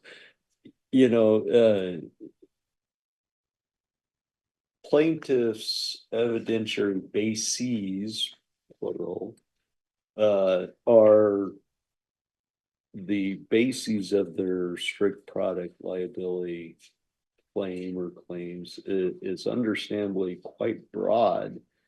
Defect in the manufacturing process, defect in getting all these issues, claims, notices with the water in these. And I mean, I sat through the trial and I was blown away, candidly, of what happened. But getting all this stuff and not doing. Trying to think of a better legal term, which may escape me, but not taking any positive steps to try and address these issues. And so when you're saying, hey, these prior complaints and the odor, the whatever else don't involve hydrazine, or plaintiffs haven't shown that they involve hydrazine, but you're too narrowly limiting whether it's similar or substantially similar. It doesn't have to be the exact same, and even the defects that plaintiffs are relying on are much broader, I think, than either you are arguing or, so I apologize. That's my soliloquy. I believe I understand the court's thinking on that. I would just ask the court to consider further. And these things are in our papers. Much of this, if not most of it, is hearsay. And if the court is going to, allow cross-examination of these witnesses and their complaints that again aren't part and parcel of the creation of a adulterate toxin hydrazine, there are lots of things to be critical about based on the history the court's aware of. But those aren't probative of the strict liability claim and the proof of a defective product leaving the manufacturer and unchanged until it harmed the plaintiff. It forces us, it sounds like negligence to me, and it forces us to litigate a matter by non-plaintiffs that, again, much of which is hearsay and not not supported by much else. I won't belabor it any longer, Your Honor. I just wanted to make a record. We've briefed this issue, and I think all of that sounds, if anything, in negligence. It's hard for me to make it probative of the elements of a strict liability claim against the defendants. But with that, if you have any other questions, be happy to. Thank you very much. Thank you, sir. Taking a word from Mr. Parker, I don't want to talk myself out of granting motion, but if the court has any questions based on the consideration. I mean, I don't have any questions. I think candidly I'm still inclined, well, more than think that I'm still inclined, but maybe address, you know, so that there's maybe a more thorough record, a little bit about what they're arguing, and maybe you can articulate better what I was trying to articulate in terms of defendants seem to Exactly. inappropriate is not the right word, but overly restrict plaintiffs' claims. Correct, Your Honor, and that's exactly what I was gonna say is the fact that they think that a customer has to call in and say, hey, Real Water, you've never even told me that hydrazine is in water. You've never even tested your own product to tell me that your product is causing my injury. But I have liver failures that I'm connecting directly to your like that's what the defendants are trying to ask for and saying if it doesn't meet that exact substandard of or that exact protocol, I guess, or the exact same things, that it's somehow irrelevant is just completely belied by the case law. We've seen that in, you know, I know we all mentioned him, Robinson, B. Guinness, Krause, Reginald, all those cases. And I don't want to, I know we've very much detailed it in all of our briefing. You're probably sick of reading all those cases, or at least seeing reference them to them. But the fact of the matter is this is the same product. People are calling in, talking about manufacturing defects. You know, these are all red flags and notice to Real Water. And that's exactly what goes to the heart of our claim. And that's why they're relevant, they're probative, they're clearly noticed. I know Mr. Cavanaugh said something about hearsay, and these are not hearsay. First, these are Real Water business records that were produced by Real Water, that were written by Real Water employees who were detailing all the actions in the course and scope of the Real Water business. But not only that, case law also says that this isn't hearsay because it goes to notice, it goes to these red flags, it goes to all these things. And I'll just admit that all the cases that they cited are completely an opposite and otherwise do not actually support the propositions that they're saying. And you know, the suggestion that there have to be these mini trials, again, none of that is actually detailed in any of the case law, nor have they actually even cited anything that suggests that those requirements are. What we have here is similar, and you know, even Judge Williams, Judge Kishner, all the other courts too, these have all been admitted in every single case, even before Your Honor. And Judge Williams actually had like a 9-part test that he went through in determining that they're all substantially similar. Obviously, I know you're your own judge, make your own decisions, but this is the case, is every judge has considered this, every judge has weighed this. These are substantially similar. Did I even allow them in? Yes. I don't think, so that's what it is they're similar, they're clearly indicative of manufacturing defects, red flags, notice under the case law, they're relevant for all You're those repeating things. yourself, so Yeah, save so- your time. So the court grants a clause only number 21 for all the reasons motion reply. I'll touch on a couple of them. I mean, I already said this, but you know, the evidentiary bases of plaintiffs' claims are much broader than defendants. And candidly, I think defendants understand this, but are being zealous advocates, much broader than what they're arguing. The issues are substantially similar. That standards met, and plaintiffs have also shown an evidentiary basis for the pre-admissions. And all the other reasons, so that one's great. Oh, to be clear, cross-examination, jury instructions are still, permitted, of course, so. Thank you, Your Honor. Thank you. Motion 20. 24.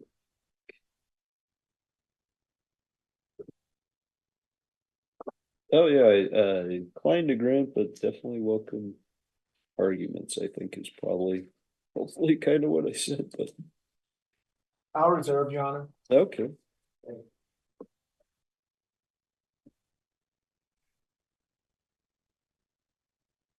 Good afternoon, Your Honor, Gina Mushmeche on behalf of the Real Water defendants, and it's just something brief that I wanted to point out to the court. I understand that there may be some limited testimony as to whether or not Milo Herbst actually consumed real water, and I think that's the key for us. I don't think defendants can possibly come into you and say he did not consume real water based upon some limited testimony from our perspective, obviously. But I think the experts should be allowed to explore the sufficiency of the consumption of that real water once whoever is allowed to testify regarding the same. So to the extent the court is going to possibly grant this motion, limiting it to, as you did for number 15, to the title, then, I think the experts, it comes down to what is going to be presented to this jury in terms of that consumption. And once that is done, then the expert like Stelfloge can speak to the sufficiency to cause liver injuries. And I think that's the point that I just wanted to make for you. And I'll defer to counsel for ETT Terrible Herbst if they have anything to add. Thank you. Thank you.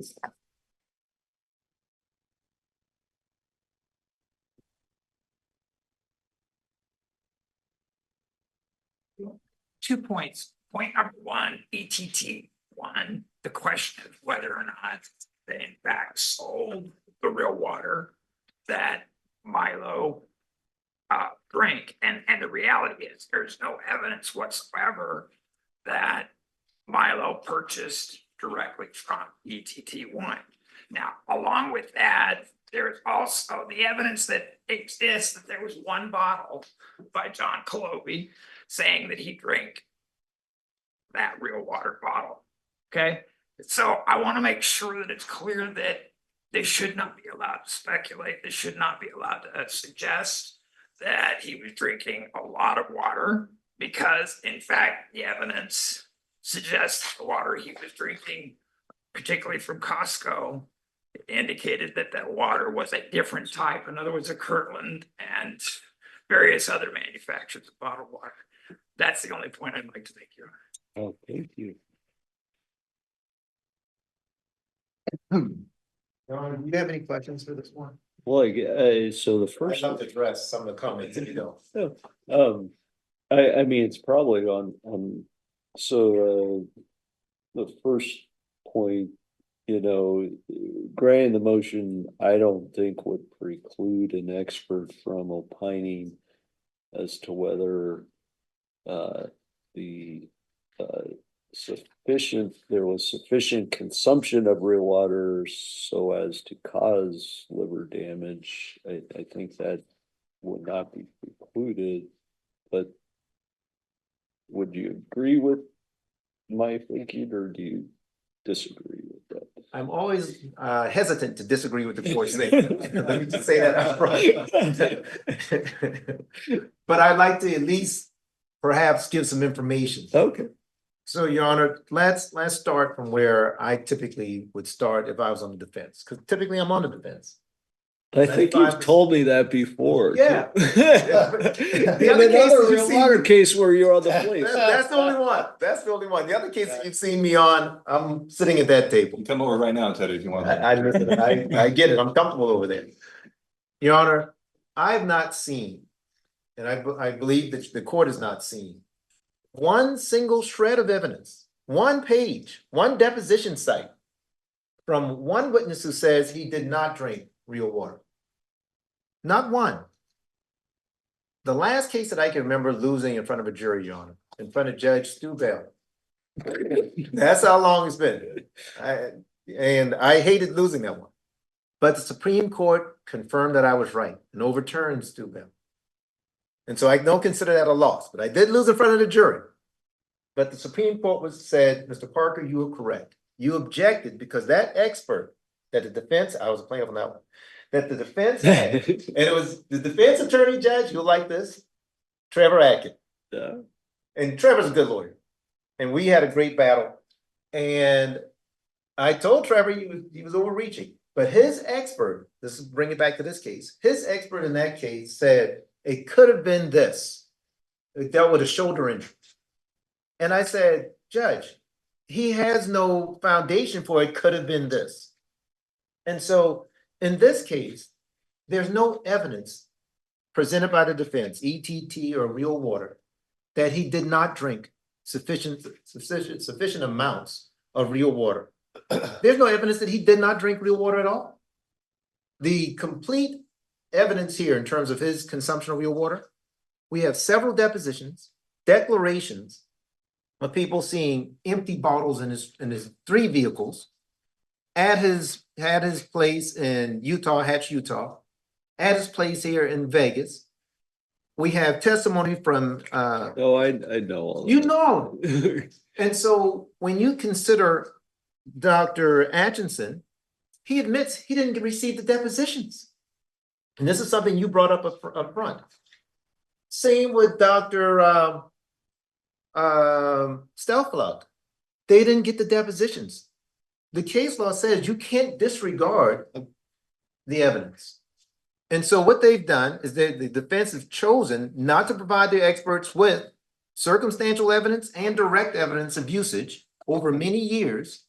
And then they want to come into this court, and they want to come before the jury and said, there's no evidence that he drank real water, and there's no evidence there's sufficient amount. Well, their toxicologists didn't do any testing to determine it was sufficient or insufficient. They've not tested any bottles to determine that it wasn't there because all the tests we are aware of, the FDA and the Eurofins test, indicate that there was hydrazine in every bottle.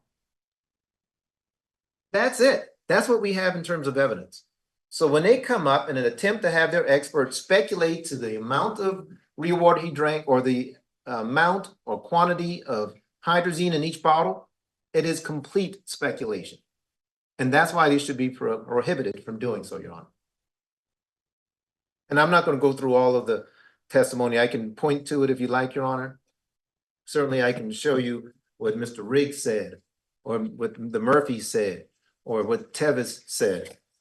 One thing that I would point out, Your Honor, just because I don't know if the court saw this, but the defendant said there was no one who actually saw him drink real water or saw him talk about the terribles. Your Honor, Ms. Tevis Herbst, her deposition was taken August 6, 2025. This is page 45, lines 10 through 16. Question is, it was Milo's pattern and practice to routinely get water from Terrible Herbst and or Spring Valley Market Store when he was at the property. Her answer is yes.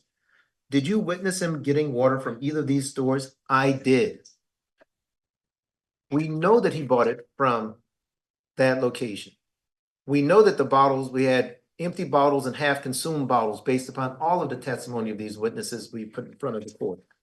And none of those were considered by the defendant's experts. So how can they come in to this trial in front of this jury and say that there was inadequate amount of consumption or inadequate amount of hydrazine in each bottle? It's impossible. And that's why it would be complete speculation, Your Honor. Any questions, Your Honor? No, thank you very much. Thank you, Your Honor. So the court grants the plaintiff's motion limine number 24 to preclude the water experts from weighing evidence and opining that there is no evidence that Milo Herbst consumed real water. Like I said earlier, I mean that is layperson fact-based questions for the jury to determine, did he drink real water? If so, was it purchased at Terrible's? The experts that are opining that, you know, he did not drink real water or insufficient quantities, they don't have, that I could see, a basis for opining that. Also, they can't, and for ones that did, the one that said something effective, you know, I don't believe the witnesses. I mean, that's not the words. The expert's smart enough not to say that. But that's essentially what it was. I mean, experts don't, that's for the jury to determine whether a witness is credible or not for an expert. Without an evidentiary basis,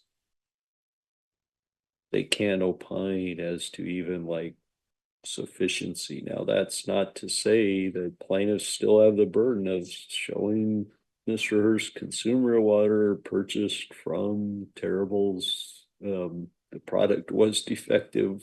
I've already ordered that.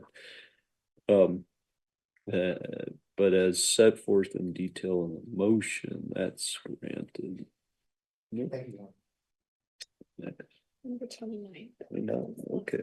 Okay. Making progress. Yeah, we are. Okay. Oh yeah, this is dad, son Jones, I guess. Welcome. Okay, so you've got 5 minutes each side. Your Honor, I believe your inclination was to grant this, but I will reserve. Okay, Fortunately, Your Honor, I think I have to say something. So. that's fine. Oh, okay. So Your Honor's inclination, you said you were inclined to grant, but you were willing to accept the argument. And I think given the time considerations here, it might be helpful to understand where the court had questions or. That's a fair pause the time while I'm trying to articulate a response. Good question. So I mean, are they, remind me, they're dad and son, right? Yeah. Yeah, Brent Jones, Blind Jones. Yeah, so Brent Jones is in Panama, apparently, right? I think. That's right. Somebody's not familiar, yes. I mean, so when he says things, they're all based on, well, in some of them he got his timing way wrong. Some of them he's not in Panama, he's, you know, somebody told me, I mean, there are some real issues with all of that. I agree with you in terms of, yeah, lay witnesses can offer opinions on proper lay person opinion. I know that's circular. You did a good job at quoting the statute, I think, but a lot of what plaintiffs are citing, you know, block quoting, don't seem to be proper layperson opinions, especially with the lack of what I would call foundation for what he's testifying to. And you know, Blaine wasn't in Panama, but some of the same issues are there. I don't know that that's helpful, but that's the best I can do. No, I think you've given me we ready? So, 5 minutes, let's do this. So Your Honor, that actually was incredibly helpful. I think we need to go back, and I know you said we quoted the statute, but I just have to read the particular point here. You know, we have NRS 50.265 states, the witness is not testifying as an expert, which as we know is the case here. The witness's testimony in the form of opinions or inferences is limited to those opinions or inferences which are, 1, rationally based on the perception of the witness, and 2, helpful to a clear understanding of the testimony of the witness or the determination of a fact and issue, right? So it's a two-part test. I don't think there's any question here that the majority of the testimony cited by the plaintiffs in this case were the perception of one of the Joneses, right? It's what they read in certain press releases. It was their understanding from complaints or what was communicated to them for investigative results. There's a variety of different foundational locations, but the first prong that's based on the perception of the witness, I think is something that is met here. But are you therefore trying to expand the general use of the term perception in that statute? Because it sounds kind of like you're saying, well, the witness could read, and this is a, you know, over the top hypothetical example, but Let's go. the witness could read a newspaper article and perceive what the article says, and therefore that's within the lay person's perception under the statute. Well, that's actually exactly where I was going. So let's do that. Okay. So, Your Honor, it's not that outrageous of a hypothetical, and I think what you're doing is distinguishing between the right and the wrong here. The perception here is, as far as the Joneses go, specific to what they knew about the outbreak. Now, you've had a lot of argument today where the court has said, I'm concerned about what wasn't done. And you've said, based on punitive damages claims, what they knew at the time is extremely material. These are all things that haven't been disputed by any of the parties in this case up until this point. And so if we're talking about perception, we're not saying, again, plaintiffs want to paint this as an epidemiological opinion. I don't think any of that testimony comes right out and says, yes, we've established as a matter of scientific plausibility that the hydrazine came from this or that. That's not what it's offered for. It's not what it says. It's not what it means. What's important here, as far as perception goes, is what did Blaine Jones know? Or what did he think he knew? What did Brent Jones know or think he knew? What was the institutional knowledge of the company? What was their interpretation of the investigations that were being done? If the testimony is, yeah, my understanding is that it was only found in the 5-gallon jugs, that's perception. If Blaine Jones gets up and says, yep, it was only the 5-gallon jugs and nothing else, I'm sure of it as a non-scientist, well, now we have a problem. And so I think Your Honor is correct in attempting to distinguish what we mean by perception here. The testimony in question falls under the lay perception standard that is set out in the opposition. And we know this because in the bottom of page 7 of the opposition, we present additional case law that discusses the fact that root cause analysis, those types of investigations alone, are frequently considered to be admissible as a perception of the people conducting those investigations. Again, it's not being offered for the purpose of establishing the fact, right? I feel like I'm getting back into, Boyd Law's hearsay class here, but we're not offering this for the truth of the matter asserted. What we're saying, what the testimony says is this is what Brent Jones or Blaine Jones' understanding was. And that's allowed under any test that has been proffered in any of the moving papers here.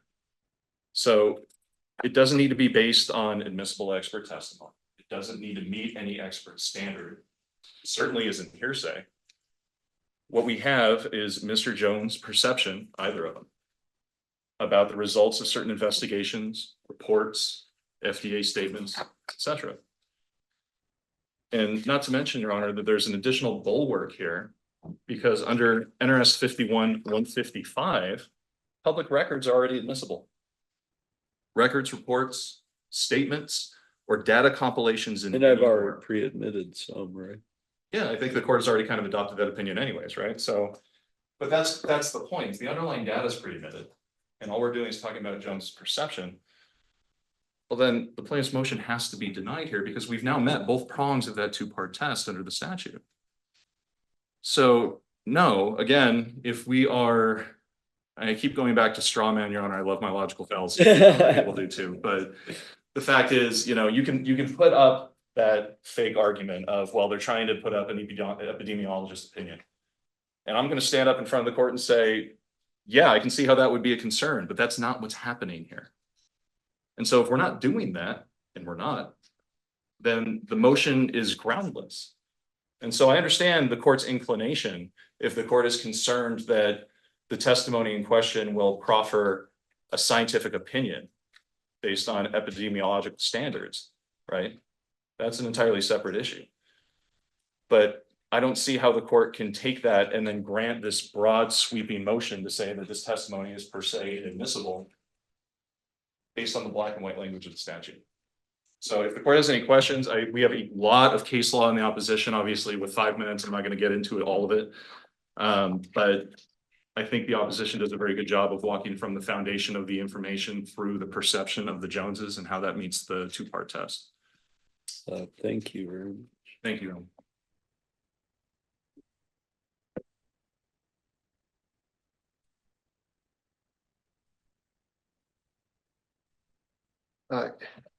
Your Honor, I want to just kind of take a step back first. You know, the suggestion that this motion is overly broad is not well taken. I mean, the title's very specific. Preclude these lay witnesses from offering expert opinions regarding whether the outbreak was limited to the Henderson plant or extended to other locations. So on that point, you know, one of the first quotes you offer in the motion, I guess it's the second quote, but you know, and first quote maybe as well, but the second quote, but by March 2022, you became aware of reports associating the consumption of 5-gallon real water home and office delivery product with some incidents of liver injury, correct? Yes. That does not seem to be limited as your title, because I mean, you became aware of this, right? I mean, it's a leading question, but you know, if that's the example, it certainly seems to me to not fall under your limited title. That make it, essentially it seems you're kind of contradicting yourself. Well, and certainly I appreciate the court's question on that, because that is not our intent. It's part of a broader line of questioning where he's saying he's being asked about the fact that he became aware of this. And then the question is followed up with other testimony where he's basically giving an opinion that the outbreak was limited to 5-gallon home delivery and at the Henderson location. And that is the specific expert opinion from a layperson that we're seeking to exclude by this motion. What he became aware of and in terms of facts, that is what the perception of a lay witness and what they can testify to. But going beyond that and saying that the cause of the outbreak was limited to the 5-gallon home delivery is an expert opinion based on epidemiology in investigations regarding the cause of the outbreak. And at this point, and at the time of the deposition, Brent Jones had no idea about the hydrazine. He didn't know about the hydrazine in the FDA in the concentrate. He didn't know about the testing of the Eurofins bottles, the types of things that the experts relied on to determine these types of issues. And they're basically taking an apology video from the owner saying, well, we learned about this that it was limited to the 5-gallon home delivery, and giving these expert opinions that it was limited. That should be excluded because for two reasons. One, at this point, it's moot. I mean, we know, and the summary judgment order establishes the outbreak, the problem and defect wasn't limited to Henderson or the 5-gallon bottles. It was all real water. It's in the retail bottles. And number two, it lacks foundation completely. And I know we're rushed on time, Shane, if you could pull up the Blaine Jones testimony where he basically acknowledges it. And while you're doing that, I'll just add that for the other reasons in the motion, we attacked the foundation of Brent Jones's statements saying, oh, well, I read the FDA release. First of all, that's not perception under the statute. You can't just say, well, oh, I perceive this, therefore I can testify to it because someone told that to me. I mean, that's not what that statute means. And Blaine Jones specifically says on this, he's speculating. They did not have the foundation to know any of this. And to allow them to call these witnesses in and argue to the jury that the outbreak or the problem or the defect of hydrazine was limited to 5-gallon home delivery in any particular time period, it's contrary to the court's ruling, it's contrary to all the evidence, and has no foundation whatsoever for them to say these things to the jury. And so for all those reasons, the court's inclination was correct, and we'd ask that the court stick with its inclination. Thank you. So do a disservice when the block quotes don't match the title of what the limited relief you're seeking, and you know, the title of the motion is probably fair, but when you give like a quote that I read, I mean, you became aware of whatever, that's not objectionable. Now, having said that, some of the other ones are objectionable. You know, and I disagree with defendant's argument that my hypothetical example would be appropriate. Somebody can't just read a newspaper and say, oh, my perception based on reading the newspaper is X, and therefore it gets in front of the jury.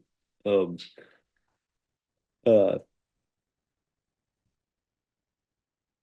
we'll put it this way.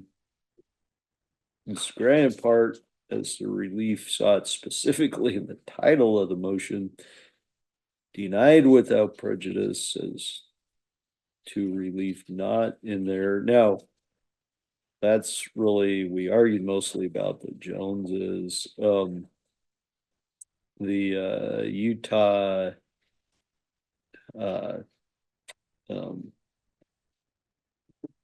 press release, that would be excluded. What was the other one?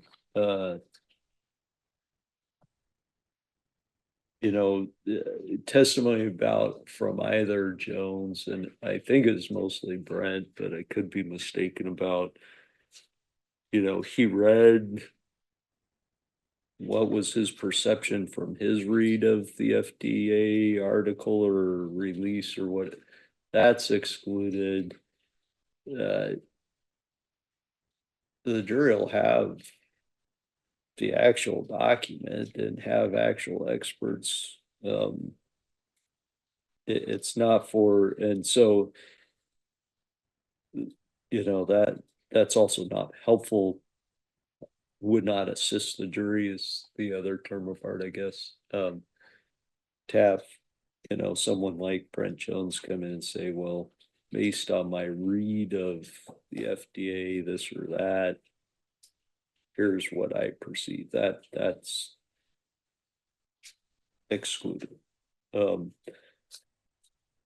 some of the quotes offered or not don't fall under any of that. So to the extent specific objections and rulings need to be made, that's fine. That might not be super clear, but there you go. We understand. Thank you, sir. Thank you. Just one point of clarification. I'm sorry, I guess. If Blaine Jones testifies in person and we start getting into what his perception was of the scope of the problem when it comes to why he did or did not do a recall or, you know, procedures that were taken, I would assume that would open the door of being able to ask him what his perception or what his understanding of the scope of the problem was.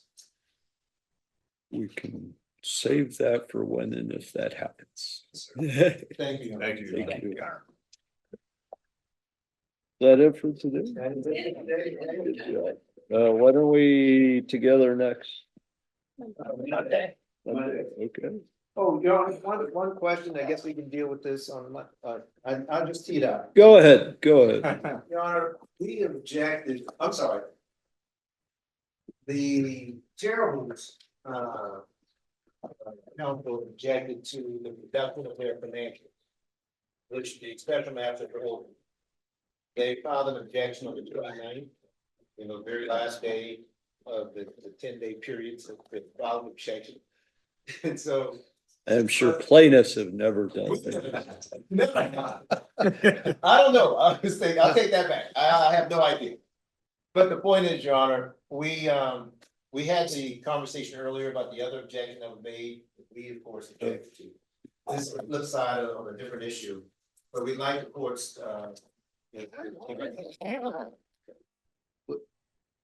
Is there pending? Yes, yeah, they objected to it. Yeah. Special Master Floyd Hale. Recommended it and they. Recommending producing their records, all of their financial records, and then they objected to it. So are we gonna have a hearing on this issue, So or you still just, the one we just had a little. I would while like ago? to have a hearing on the Oh, issue. that's what he's asking for, I think, right? We can do it on Monday, Your Honor, that's all I'm asking. I mean, it's fine by me, but I'm not sure defendants are okay with, I mean, we would need to do it, whether it's Monday or I would prefer to have it Tuesday or Wednesday. or some other day than Monday. Your Honor, one of the things that you mentioned earlier, during the earlier objection discussion, was the time we have left. And so. Okay, so You're Tuesday, trial. we'll do it on Tuesday. Thank There you go. Do we have you on Tuesday? Okay, Yes, we're here on Tuesday. I would be remiss, and I know we're probably off record, but no, this is. we're still on the record. Oh, that's fine. It's That great to red be on light's record, on. too. All right. We ran into a small hiccup with the electronic exhibits. It's since been remedied, but I wanted to recognize Ms. Lopez here because she has bent over backwards to be as helpful and accommodating and everything else that she could be. And, I just wanted to say to you directly how refreshing it is to have that much help and everything else. It was really appreciated. That's it. Thank you. Nothing pending with the case, just thank you officially. Yeah. See you on Monday? Yes, thanks, Monday.